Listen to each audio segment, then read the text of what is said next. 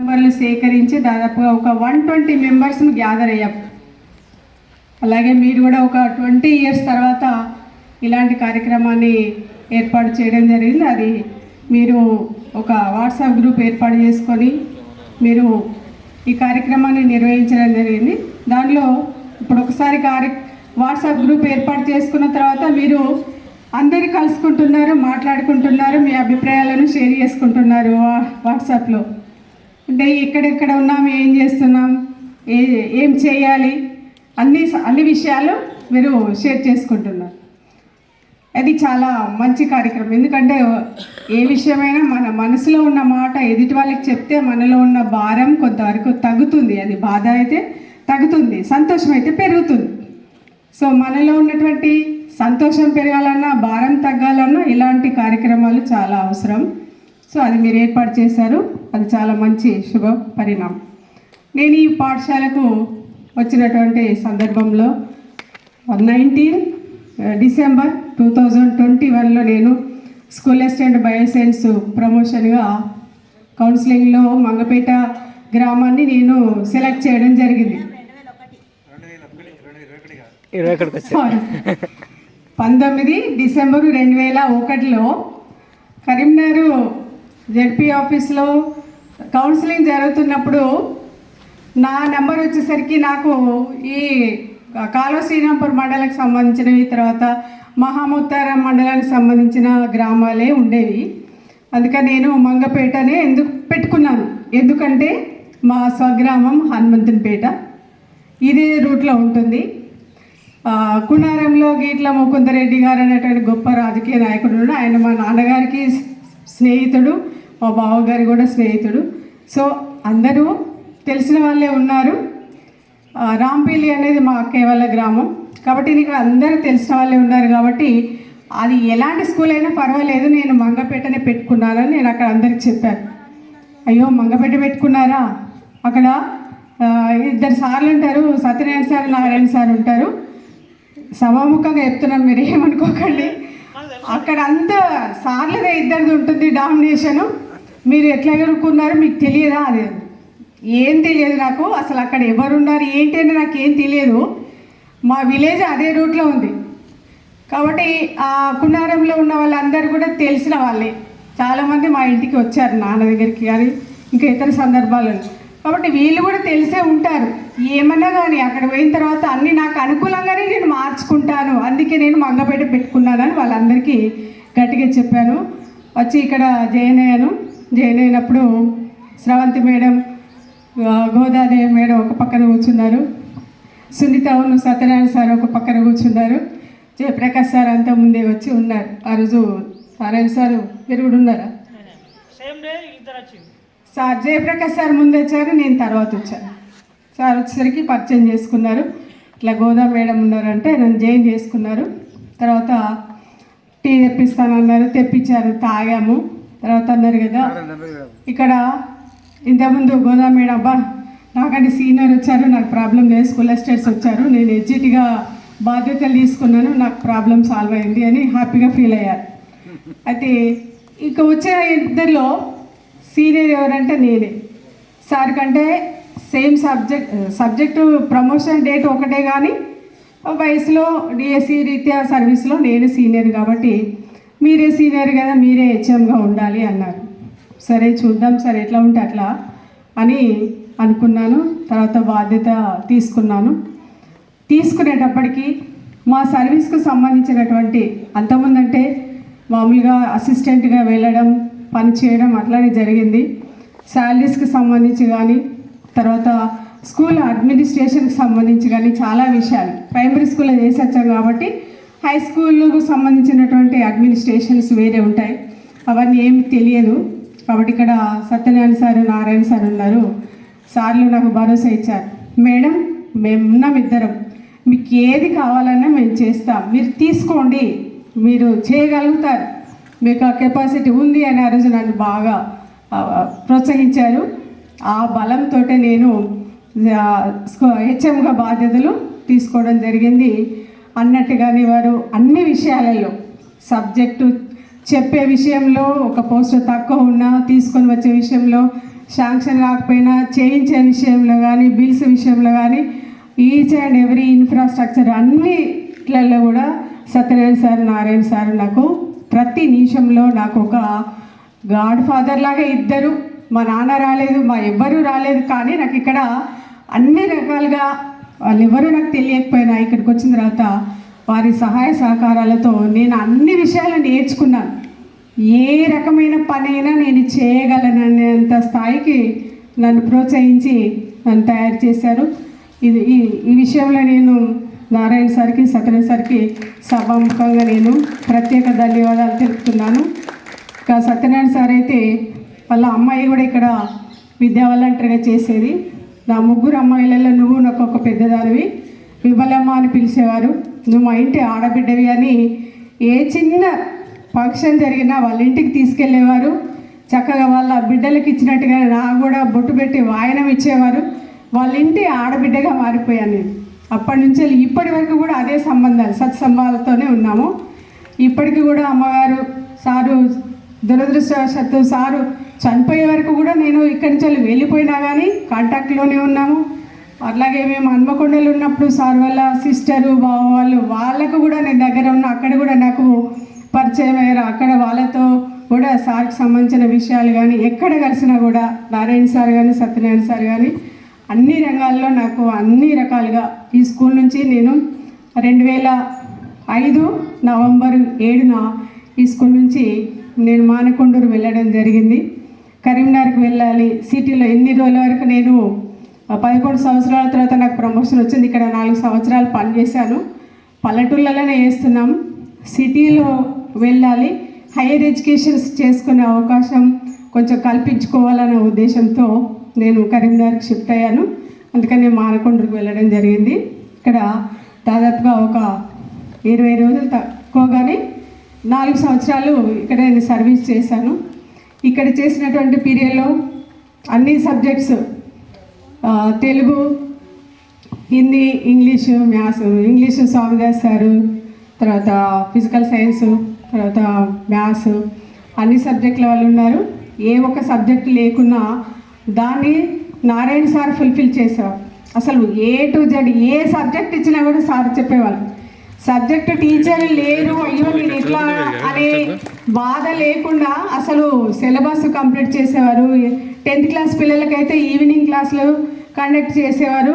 మేము పెద్దపల్లి నుండి వచ్చేవాళ్ళం. అప్పుడు ట్రాన్స్పోర్ట్ కూడా చాలా తక్కువగా ఉండేది కాబట్టి వచ్చిన వెహికల్ మళ్ళీ దొరకదనే ఉద్దేశంతో మేము వెళ్ళేవాళ్ళం.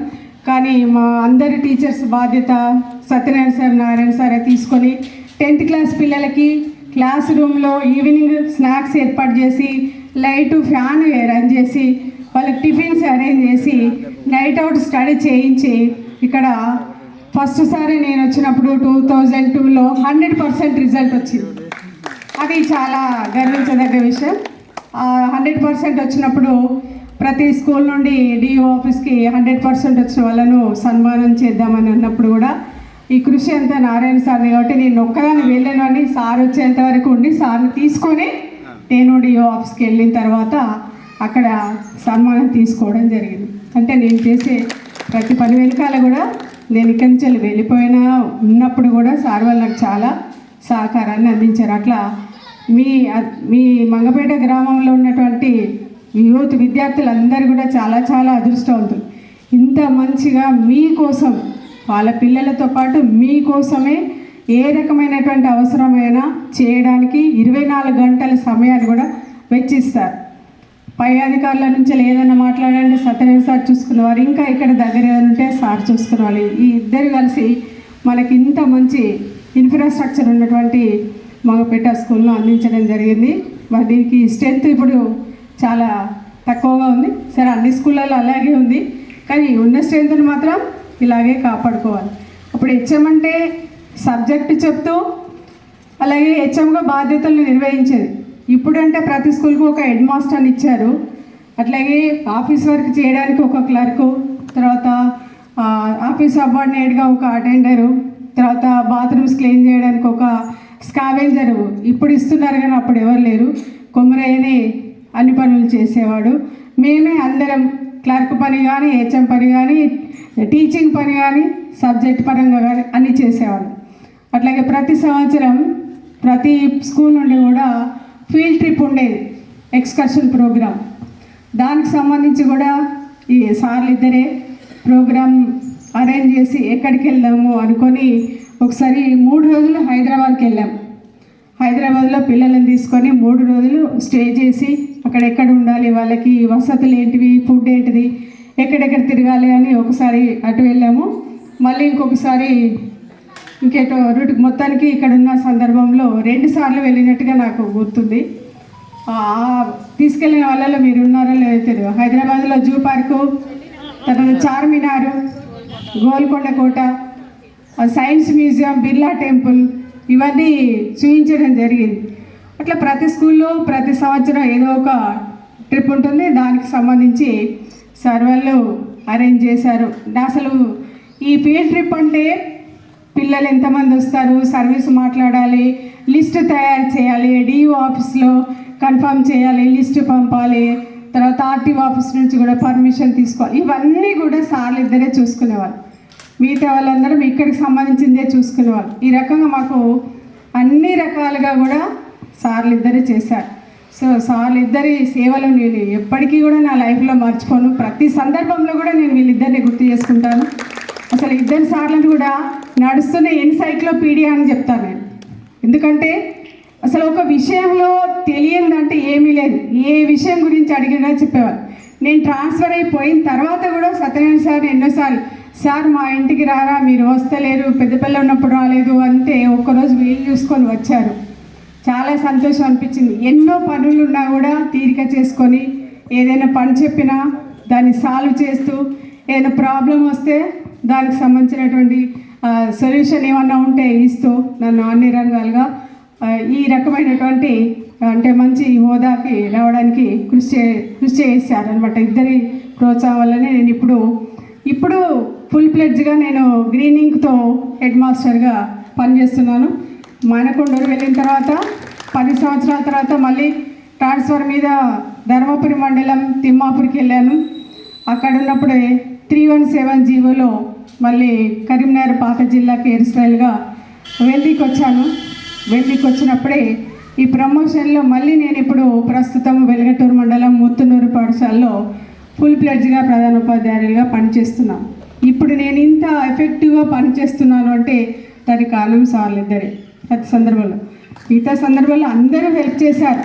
చిన్నబడిలో ఉన్నటువంటి సార్లు చంద్రమోహన్ సార్ కావచ్చు, శ్రవంతి మేడం కావచ్చు, Seetabai madam, Jayaprakash sir, English Swamidas sir, Srinivas sir maths, subject teacher లేకపోతే విద్యా వాలంటీర్లు సునీత కావచ్చు, వీళ్ళందరూ చేశారు. వీళ్ళందరి కృషి కూడా చాలా అభినందనీయమే.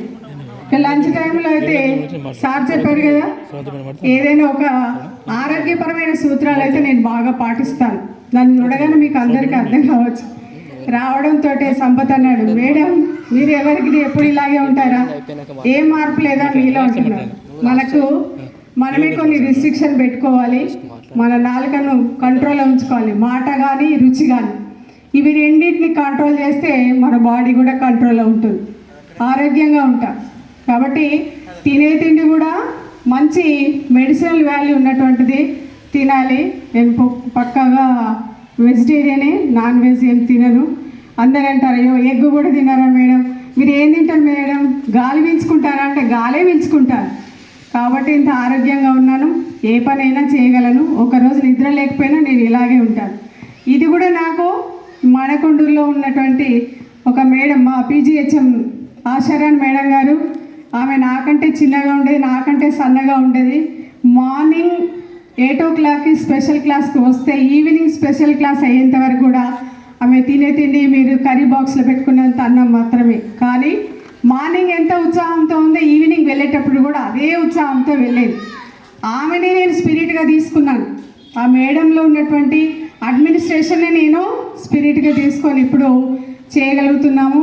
వెళ్ళిన ప్రతి పాఠశాల కూడా ఫీల్డ్ ట్రిప్కైనా కూడా పిల్లలందరికీ కావాల్సినటువంటి స్నాక్స్ తయారు చేయడంలో కూడా, అంటే పులిహోర కావచ్చు, ఇంకా ఏమైనా కావచ్చు, అవన్నీ కూడా పర్సనల్గా 70-80 మందికి కూడా మేమే తయారు చేసి అందిస్తున్నాం. మానకొండూరులో అట్లే చేసాము, తర్వాత వెల్లిలో అట్లా చేసాము, తిమ్మాపూర్లో ఉన్నప్పుడు అట్లా చేసాము. మొన్న మా ముత్తునూరు పాఠశాల నుండి కూడా పిల్లలకు లాస్ట్ మంత్ మీరు ఫిబ్రవరి 19 జనవరి 19 నాడు మీరు ఒక ప్రోగ్రాం పెట్టారు. ఈ ఆత్మీయ సమ్మేళనమే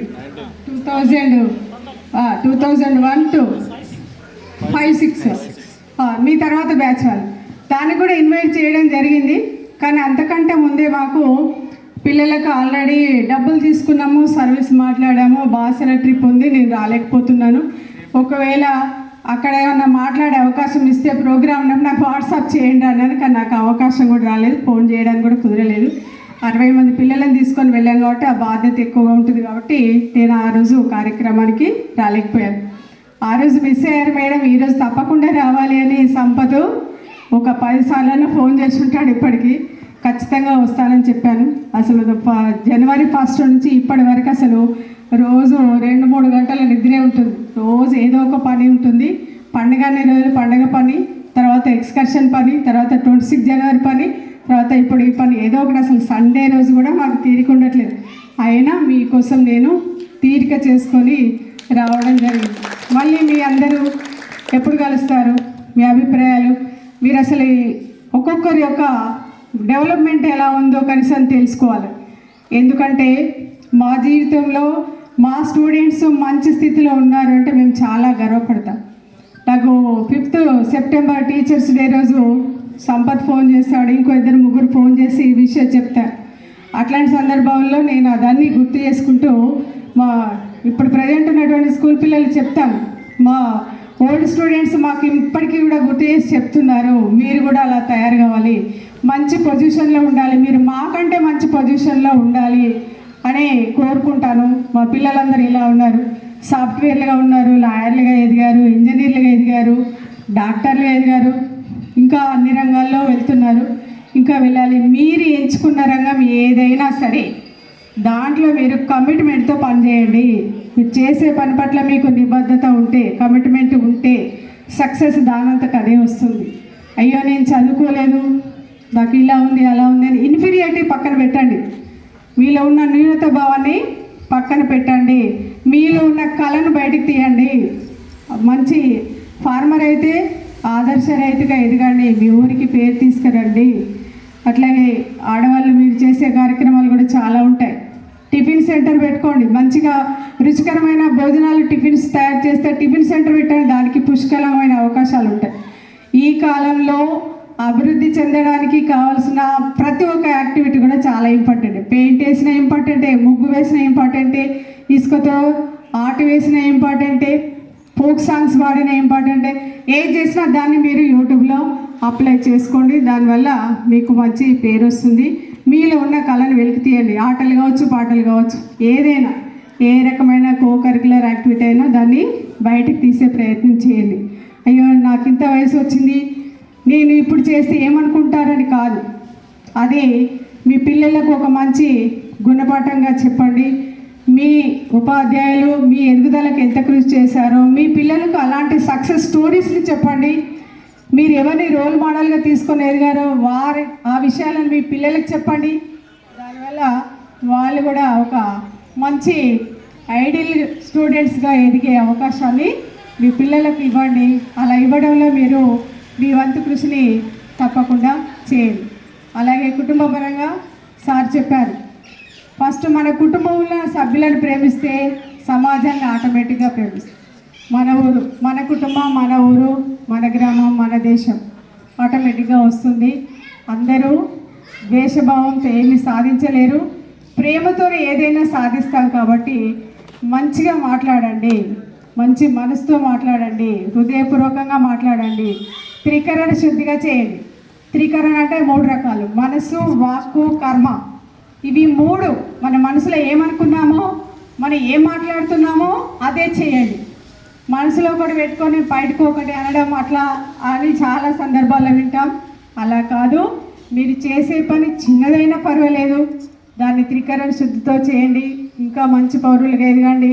మళ్ళీ ఒక అవకాశం ఉంటే మీరు అనుకోండి, మళ్ళీ ఒక ప్రోగ్రాం పెట్టుకుందాము, 5 ఇయర్స్కా 2 ఇయర్స్కా లేదా 1 ఇయర్కి ఒకసారి అట్లా కలుస్తూ ఉంటే మీ అభిప్రాయాలను షేర్ చేసుకుంటే మీ ఎదుగుదలకు ఒకరికొకరు ఆత్మకంగా కావచ్చు, లేదా మీలో ఉన్న కళలను ప్రోత్సహించడానికి కావచ్చు, అవన్నీ హెల్ప్ చేసుకునే వాళ్ళు అవుతారు. మా ఫ్రెండ్ గొప్పవాడంటే నేను కూడా గొప్పవాడిని, అరే నీ ఫ్రెండ్ బాగున్నాడంటే నాకు కూడా పేరే వస్తుందిగా. అట్లా మీరు మంచి ఆదర్శ పౌరులుగా ఎదగాలని కోరుకుంటూ, ఇంకా చాలా చెప్పాలని ఉంది కానీ సమయం అతీతమైంది. ఇంకా ఇద్దరు మేడమ్స్ మాట్లాడాలి, మాకు కూడా కొంచెం అవకాశం ఇవ్వండి అని చెప్పారు.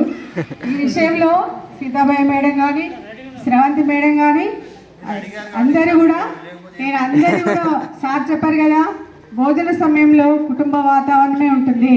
ఒక రకమైన వంటకం చేస్తే అందరం షేర్ చేసుకొని కలిసిమెలిసి చక్కగా భోజనం చేసేవాళ్ళం.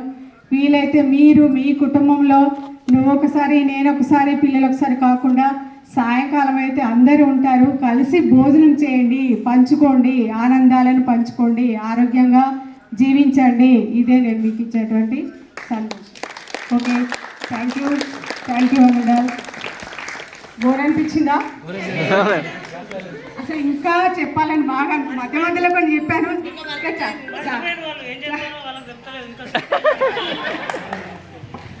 Thank you madam. Thank you madam.